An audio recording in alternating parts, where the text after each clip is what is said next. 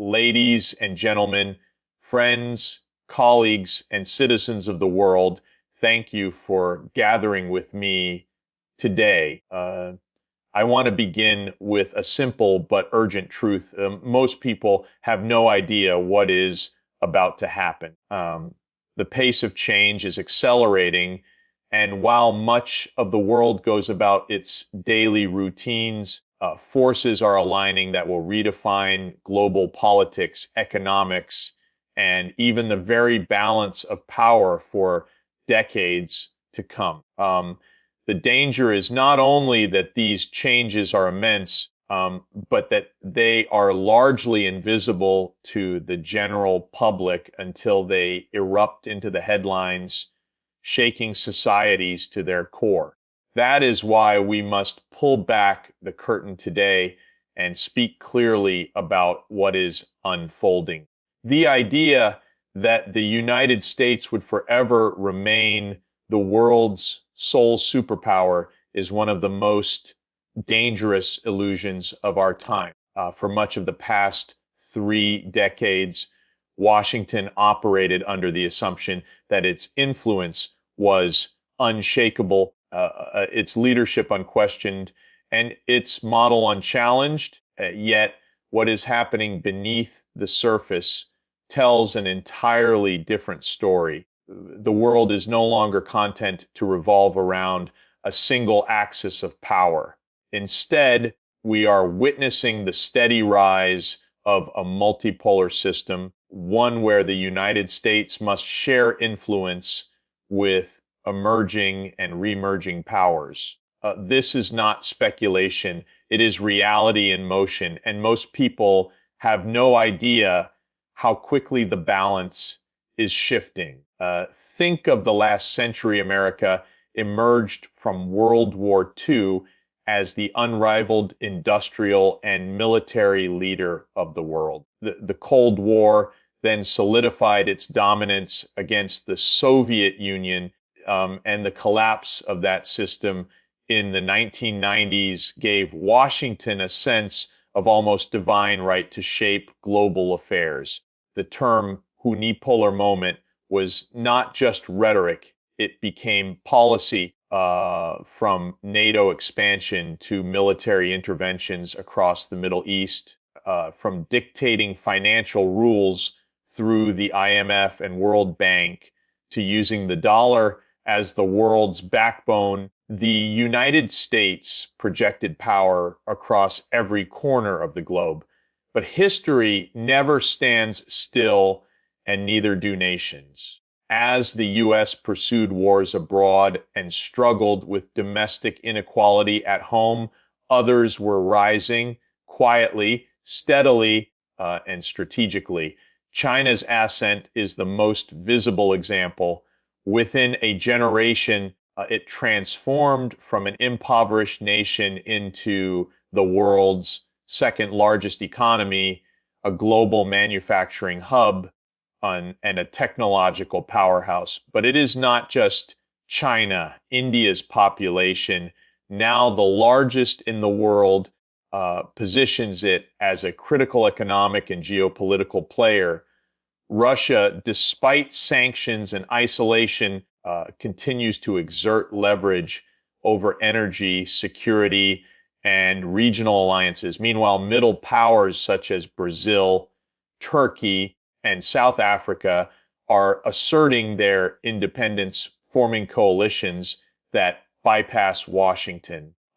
Even in regions like Africa and the Middle East, new partnerships are emerging, often tied to infrastructure investments, resource agreements, and defense cooperation with China and Russia rather than the United States. The hooks are everywhere if we care to look.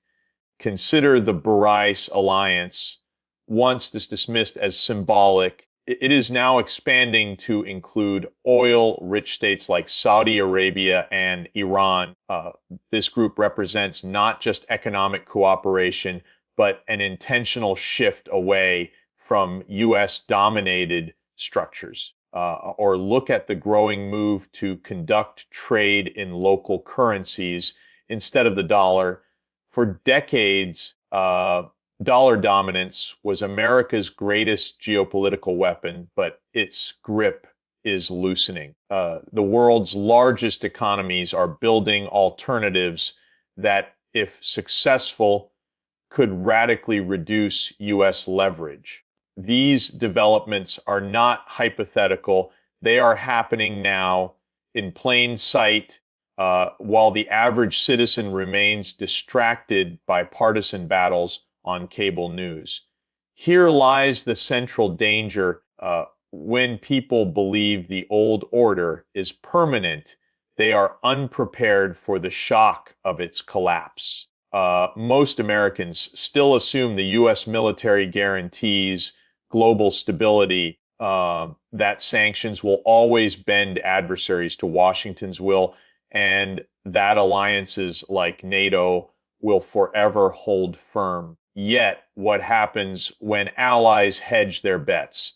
What happens when sanctions push countries to create entirely new systems, cutting the U.S. out altogether?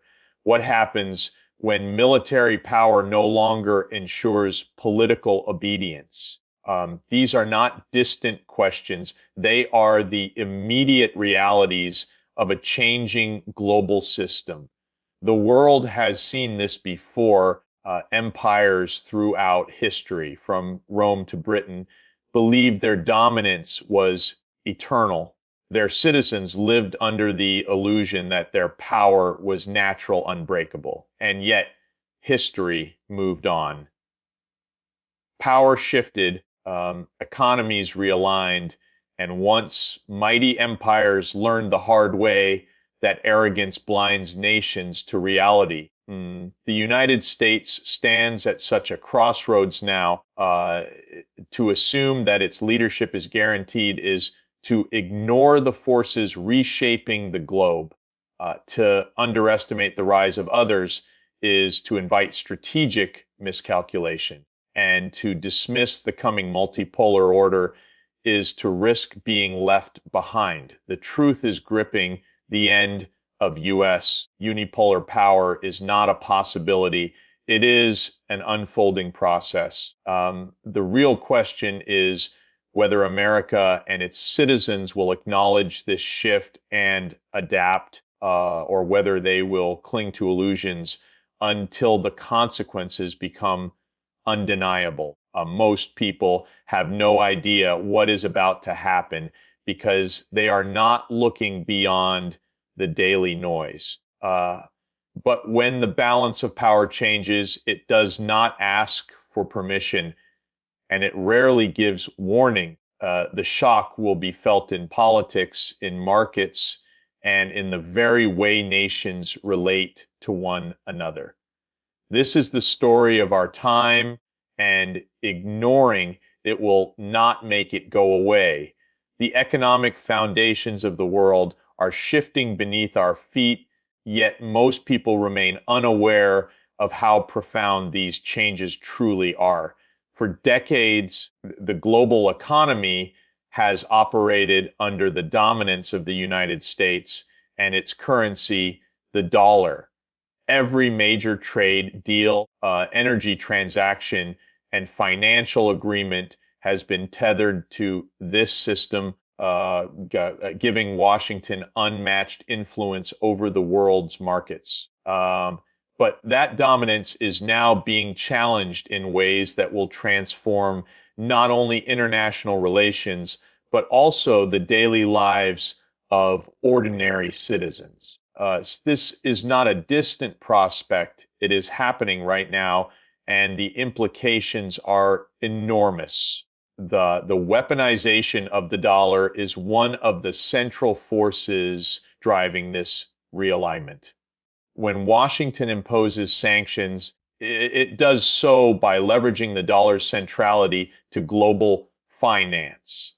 For years, this tactic seemed unassailable, but nations have begun to recognize the risks of overdependence on a system that can be turned against them at any moment. The recent acceleration of sanctions against Russia Iran and other states has sent a clear signal. If your economy runs on dollars, your sovereignty is limited. In response, major powers are building alternatives. Russia and China, for example, now conduct a growing share of their trade in rubles and yuan. India has begun experimenting with rupee settlements. Even US allies are questioning whether complete dependence on the dollar is in their long-term interest.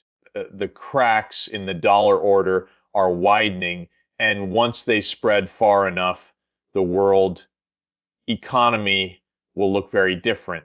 Consider the quiet but powerful expansion of Mauritius. What began as a grouping of emerging economies has become a serious counterweight to Western financial dominance. With the inclusion of resource-rich nations like Saudi Arabia and Iran, BRICS is not only expanding its economic clout, but also laying the groundwork for a parallel financial system. Discussions of a BRICS currency or basket system may sound technical, but the stakes are monumental. If successful, such efforts could weaken the dollar's role as the world's reserve currency, reducing Washington's ability to borrow cheaply, project economic power, and control the rules of the game. Imagine a future where oil, the lifeblood of global industry, is priced not exclusively in dollars, but in yuan, rubles, or a BRICS linked currency. The ripple effects would be staggering, from inflationary pressures at home to diminished U.S. leverage abroad. The hooks are already visible if you look closely. Europe is openly debating how to insulate itself from secondary sanctions tied to U.S. policies it does not always agree with. African nations, long constrained by IMF and World Bank conditions, are welcoming Chinese infrastructure loans that bypass Western approval. Latin American leaders are calling for regional banking mechanisms to reduce reliance on Washington-based institutions. These shifts are not isolated.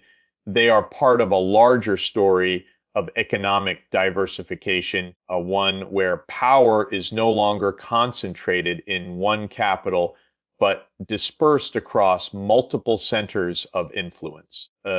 The irony is striking. For years, the United States assumed its economic supremacy was permanent, that globalization under its leadership was the final chapter of world order. Yet in attempting to use its financial dominance as a political weapon, it has accelerated the very processes that undermine it. Every sanction that pushes countries to seek alternatives is a catalyst for systemic change. Every unilateral financial move that alienates allies nudges them closer to building parallel systems. And every attempt to dictate terms reminds others of the dangers of dependency. Washington's strength has become its vulnerability. What most people fail to see is how quickly this transition could unfold. Economic realignments are often invisible until they suddenly reshape everything. In the early 20th century, few imagined the British pound would lose its status as the world's reserve currency. Yet, within a generation, the dollar replaced it. That transition was not gradual. It was accelerated by crises, wars, and the rise of new powers. The same pattern could repeat today, with the dollar's supremacy challenged by a convergence of geopolitical rivalries, technological innovation, and deliberate strategic planning by America's competitors. The real question is not whether the economic order will change, but how societies will respond when it does.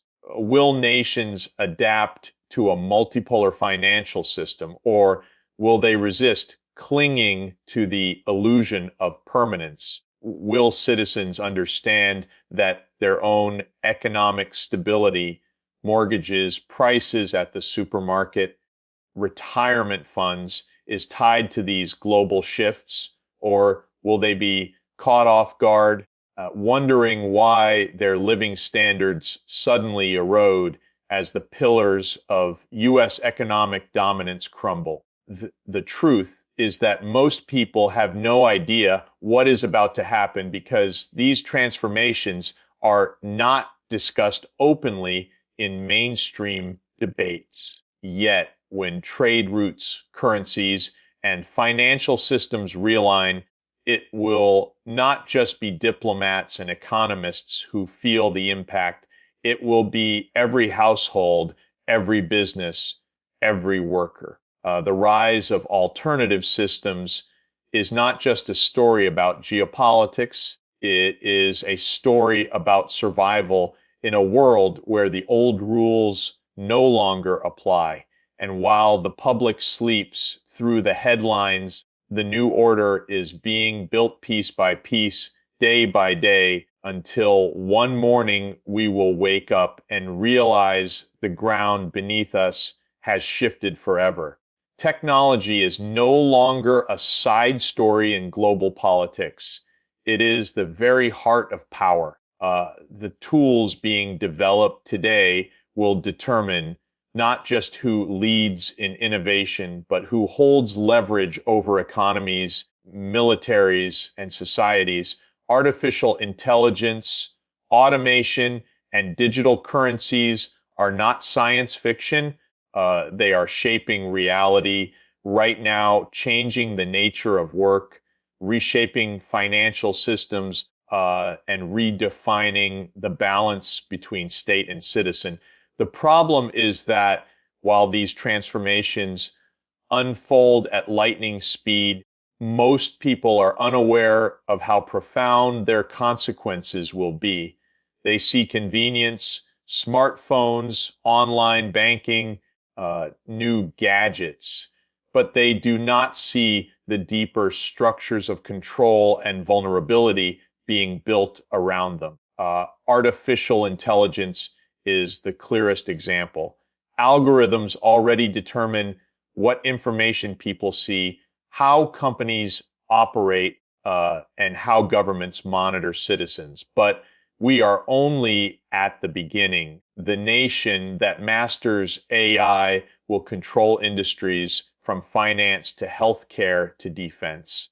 China has openly declared its ambition to dominate this field by 2030, pouring massive resources into research and development. The United States, meanwhile, still relies heavily on private corporations to drive innovation, leaving gaps between public interest and profit motives. Russia, India, and even smaller nations are entering the race, each realizing that technological sovereignty is now as critical as territorial sovereignty once was.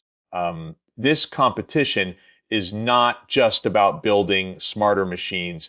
It is about who sets the standards, who controls the data, and who dictates the rules of a digital future. Automation adds another layer of disruption.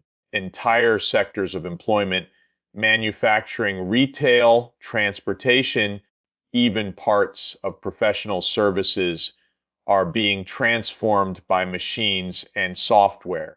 What happens when millions of jobs disappear faster than new ones can be created? Societies that are unprepared will face waves of unemployment, political unrest, and widening inequality. Already, we see hints of this disruption in gig economies, in factories replacing workers with robots, and in companies experimenting with AI-driven logistics that require fewer humans. For the average worker, the promise of efficiency often disguises a looming threat redundancy. And yet, political debates rarely confront this reality. Instead, leaders continue to promise stability while the ground beneath workers is being eroded. Digital currencies represent another revolution that most people barely understand. Central bank digital currencies, CBDCs, are being developed around the world, from China's digital yuan to pilot projects in Europe and Africa. These are not simply new payment systems, they are tools of governance and surveillance. A government that controls digital currency can track every transaction, regulate spending in real time, and even cut individuals off from financial systems with the push of a button. For authoritarian states, this is a dream of total control. For democracies, it raises urgent questions about privacy, freedom, and the balance of power between state and citizen. At the same time, private cryptocurrencies, while often unstable, reveal the hunger for alternatives to traditional financial systems. The struggle over digital money is not about apps on a phone. It is about who defines the future of economic freedom. The hooks are everywhere. Look at how 5G infrastructure became a geopolitical battleground between the US and China, with countries pressured to choose sides. Look at how debates over TikTok are less about social media and more about data sovereignty. Consider how cyber attacks, once dismissed as isolated hacks, are now recognized as weapons of statecraft capable of paralyzing cities, corporations, even entire governments. Each of these stories points to the same reality: technology is not neutral. It is power, and whoever commands it will shape the political order of the 21st century. The danger lies in complacency. Most citizens treat technology as a tool for personal convenience, rarely questioning who owns it, who governs it, or how it is used.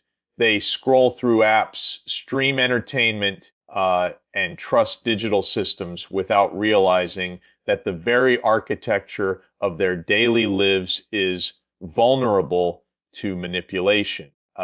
This ignorance is costly. It allows corporations to accumulate unprecedented influence.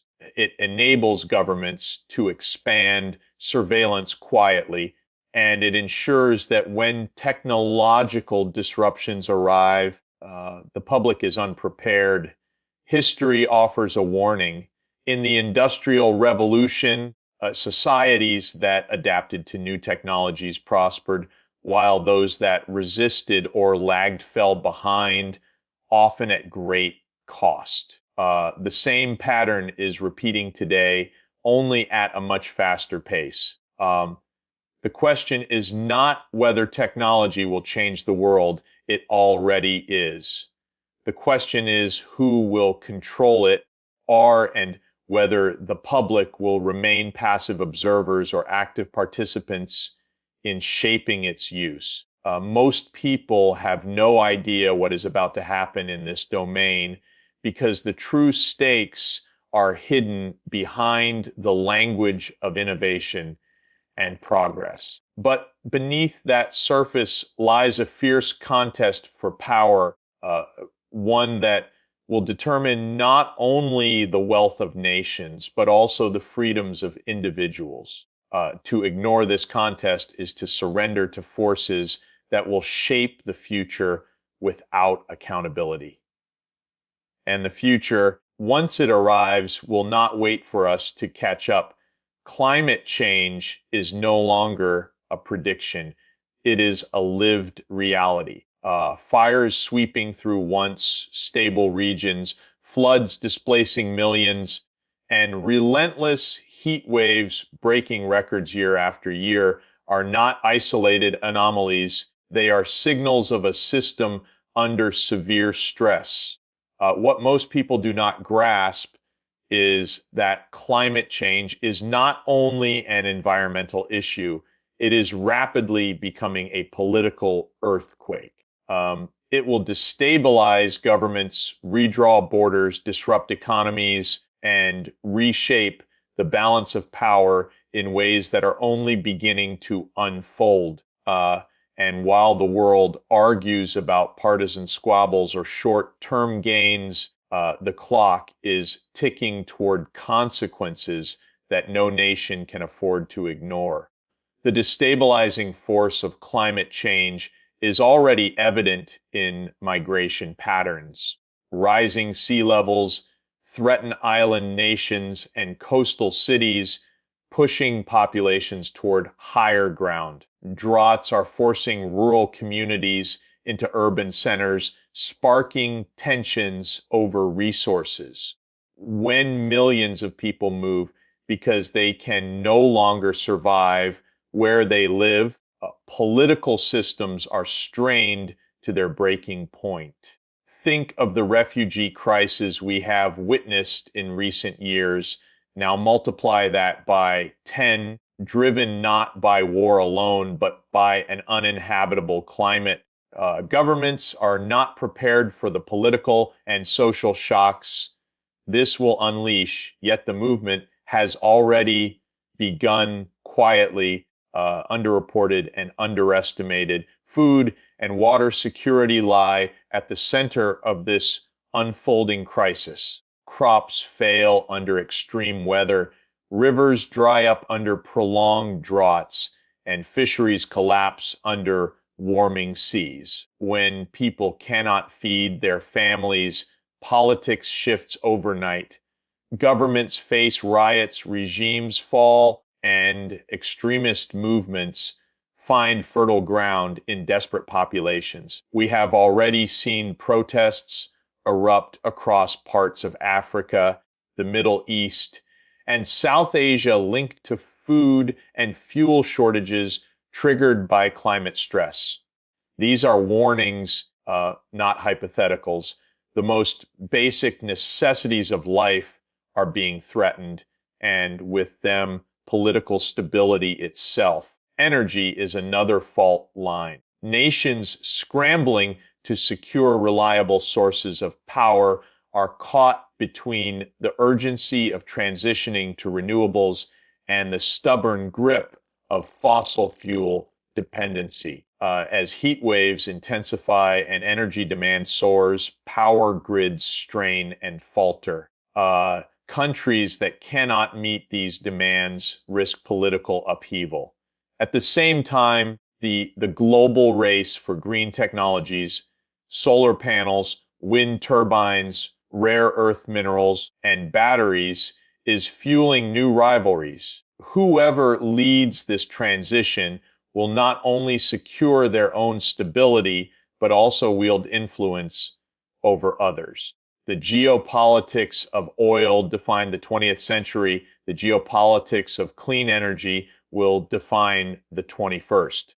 Yet most citizens continue to debate climate as if it were merely about weather, rather than recognizing it as the engine of global competition and instability.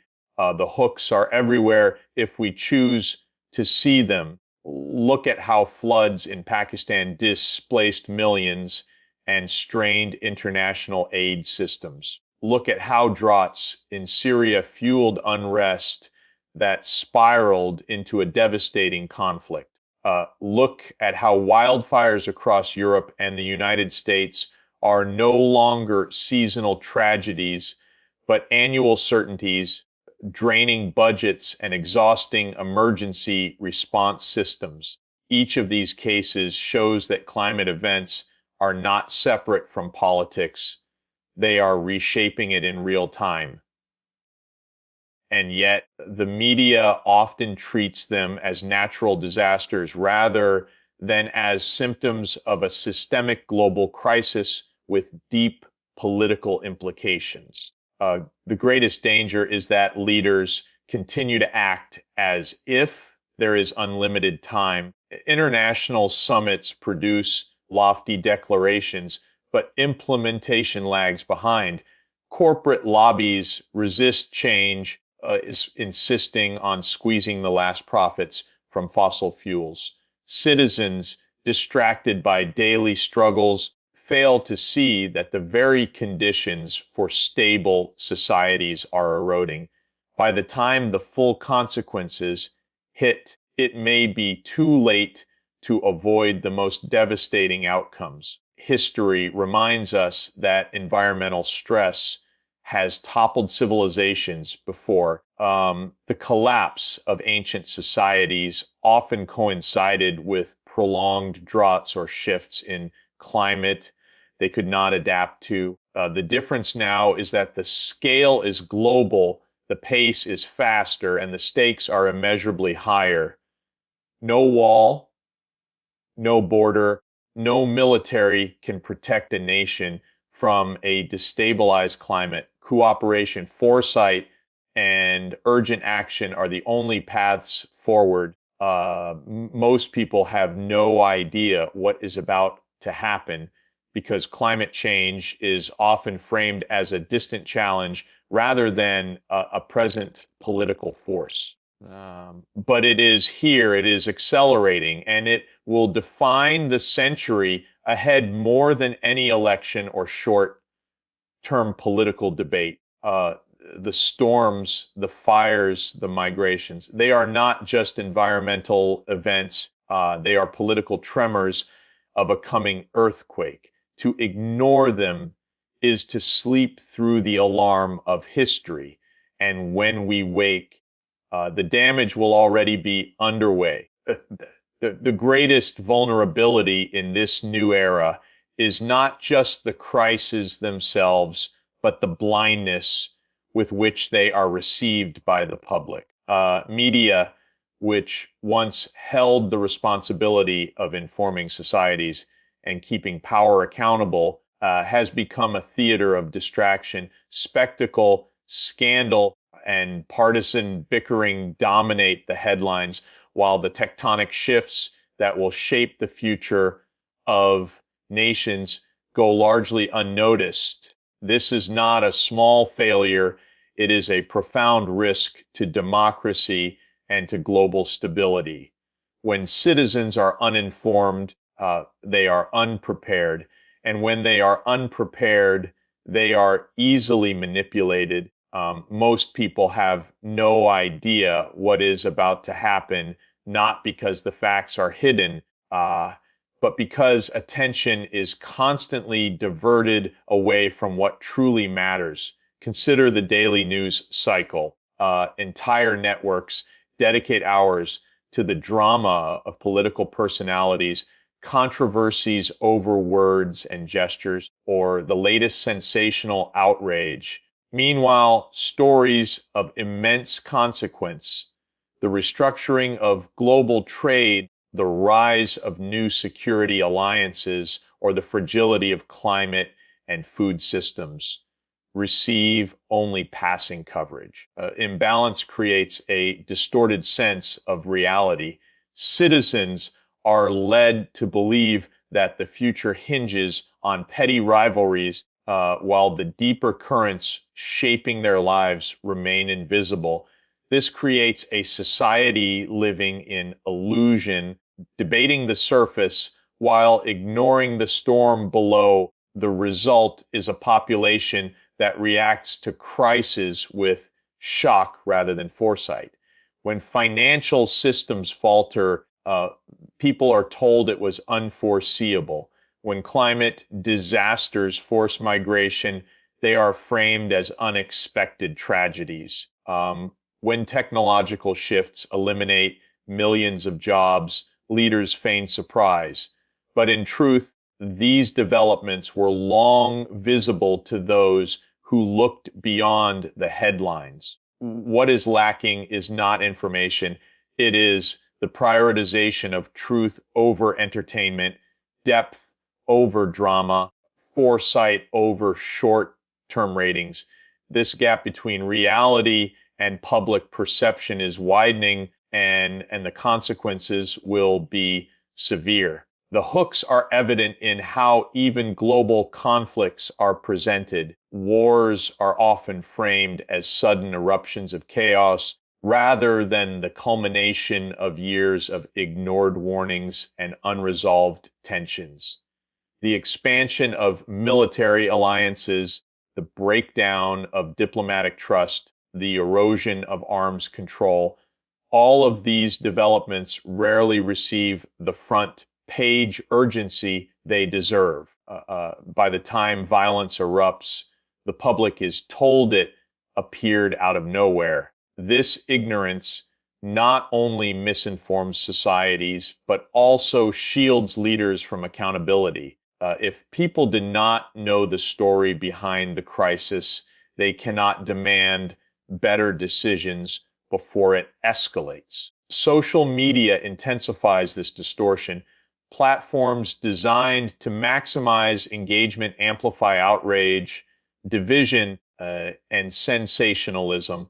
Complex global issues are reduced to sound bites and memes, stripped of nuance and context.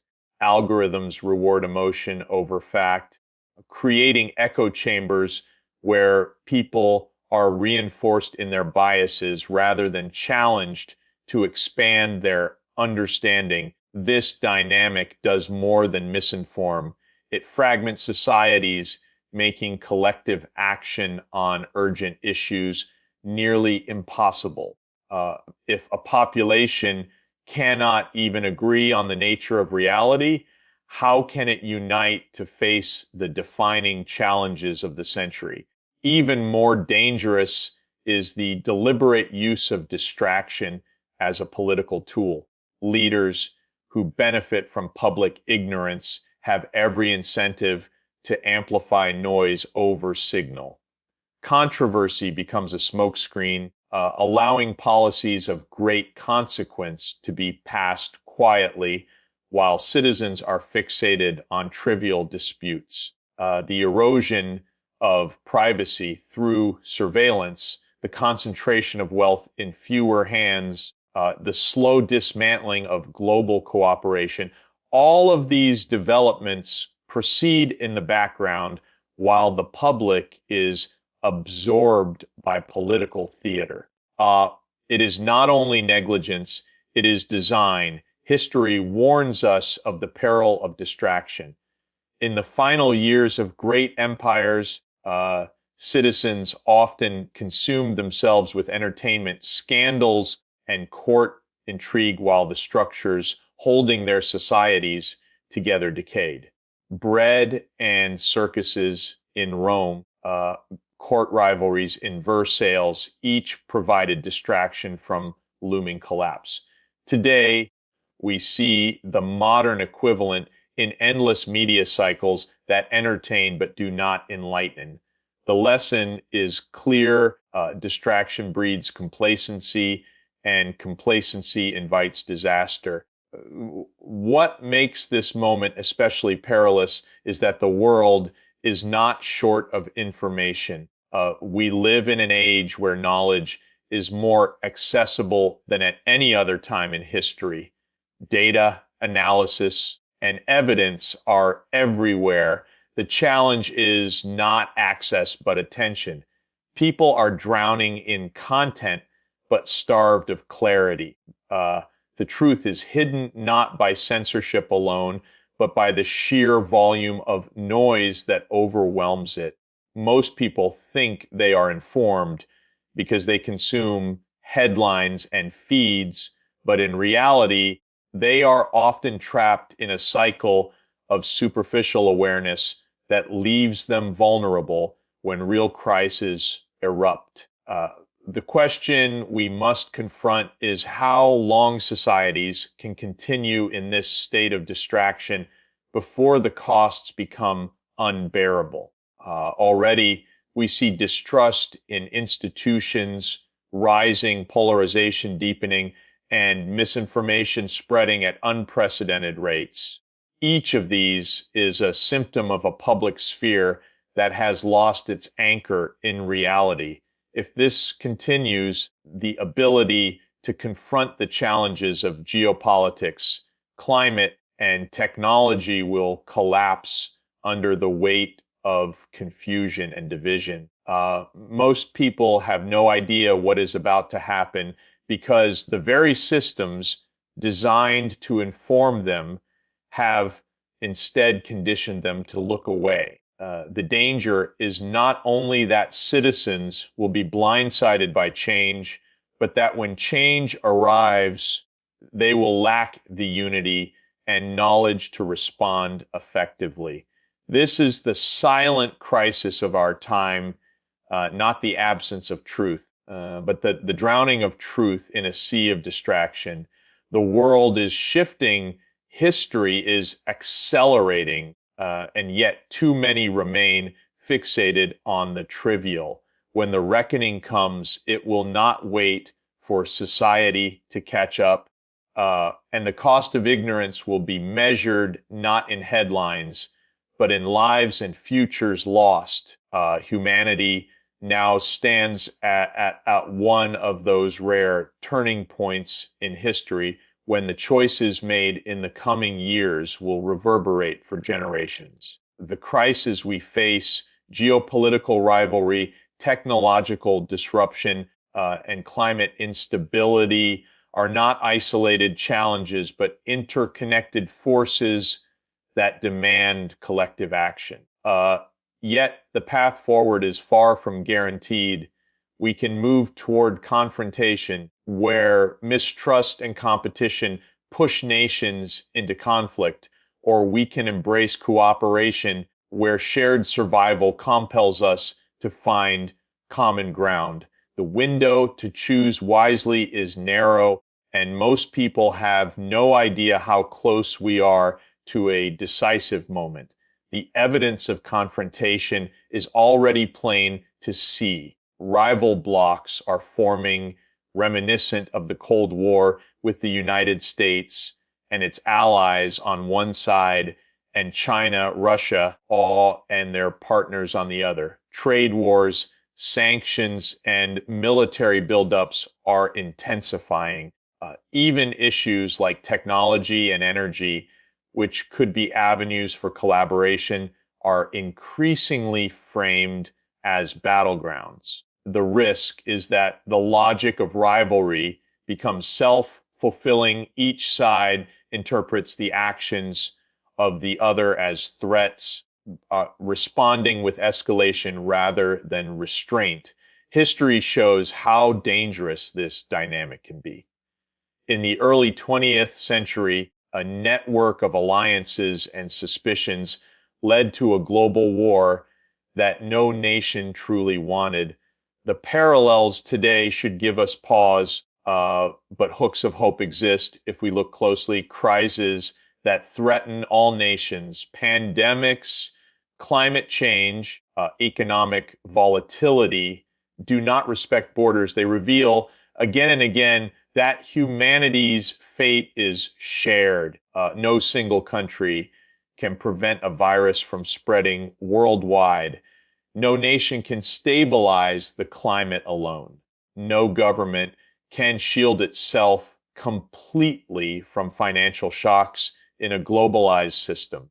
These realities create opportunities for cooperation because survival itself depends on it. The challenge is to transform recognition into action, to turn common vulnerability into common purpose. Consider climate change. The science is unequivocal. Without urgent reductions in emissions, the damage will be catastrophic. Nations can continue competing for dwindling resources, building walls, and weaponizing energy supplies. Or they can lead a coordinated global transition to renewable energy, sharing technologies, pooling resources, and creating frameworks that benefit all. The geopolitics of clean energy could either trigger conflict over rare earth minerals and patents or foster collaboration to secure a sustainable future. The direction chosen will shape not just the environment, but the stability of the international system itself. Technology tells a similar story. Artificial intelligence, biotechnology, and digital systems could easily be weaponized, creating new tools of dominance and surveillance. Yet they also hold the potential to improve healthcare, expand education, and solve complex global problems. Whether these technologies are used for competition or cooperation depends on choices being made right now in boardrooms, laboratories, and government halls. The public, however, remains largely unaware that these decisions will define the balance of power and freedom for decades to come. The hooks for cooperation are strongest in moments of shared crisis, yet too often leaders fail to seize them. The COVID-19 pandemic exposed both the dangers of rivalry and the potential for unity. Instead of coordinating a global response, nations hoarded supplies, competed over vaccines, and blamed one another. The result was unnecessary loss and prolonged disruption. Yet the same crisis also demonstrated how scientific collaboration across borders could produce vaccines in record time. It showed the speed at which knowledge can spread when barriers are lowered. The lesson is clear.